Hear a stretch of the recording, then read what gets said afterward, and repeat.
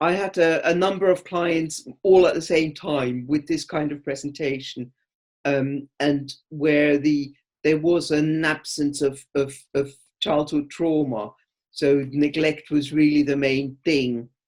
That and I got interested in what they all had in common, and interested in observing what they did, and how they managed life, and what the therapy was like.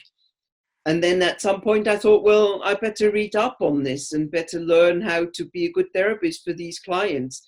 And I found that there is not a lot of literature there, specifically for therapists. There's a certain amount of self-help literature, and it's rapidly growing. But for therapists, there really isn't an awful lot out there. And so in the end, I just thought it seems worth sharing the things that I have learned just through my experience. That really says a lot about your dedication to your clients, that you saw a gap in your skill set and area of knowledge and went to fill that so that you could better help them. Yes, it's true that I'm very fond of my clients. That really comes across. I should say to the people listening, I've known Kathrin for a lot of years. We work together. We're also friends. And your fondness for your clients always comes through when you speak about your work.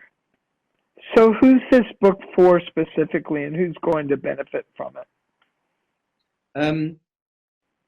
The book is written for psychotherapists, counselors, psychologists, anyone in the helping professions, who may struggle with clients who've been neglected. Many therapists do. I've been a supervisor for very many years and found that often supervisees struggle with this client group.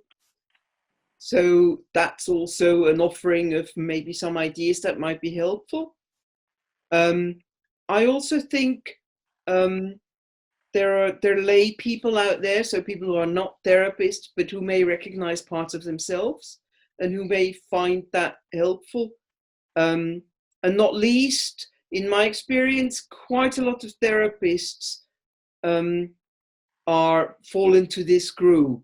So, if I said before, if you were the child who was always all right and who was always called upon to just help out, that those people can often turn into therapists later on. So many therapists that I've spoken to actually recognize themselves and find it interesting to read and learn a little bit more about themselves as well.